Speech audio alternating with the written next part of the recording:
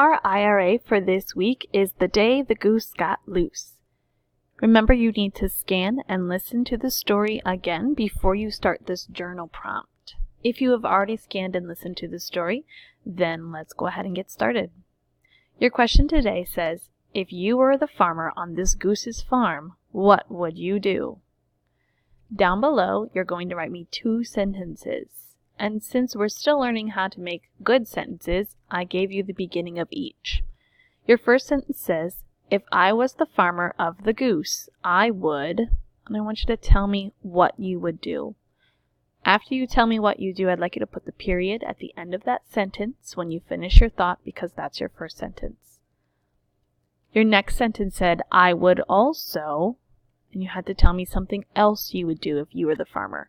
And when you finish that thought, you're going to put a period at the end because that's the end of your second sentence. So you need to think of 2 things you would do if you were the farmer of this goose, and write me 2 good first grade sentences for that. Don't forget your name at the bottom.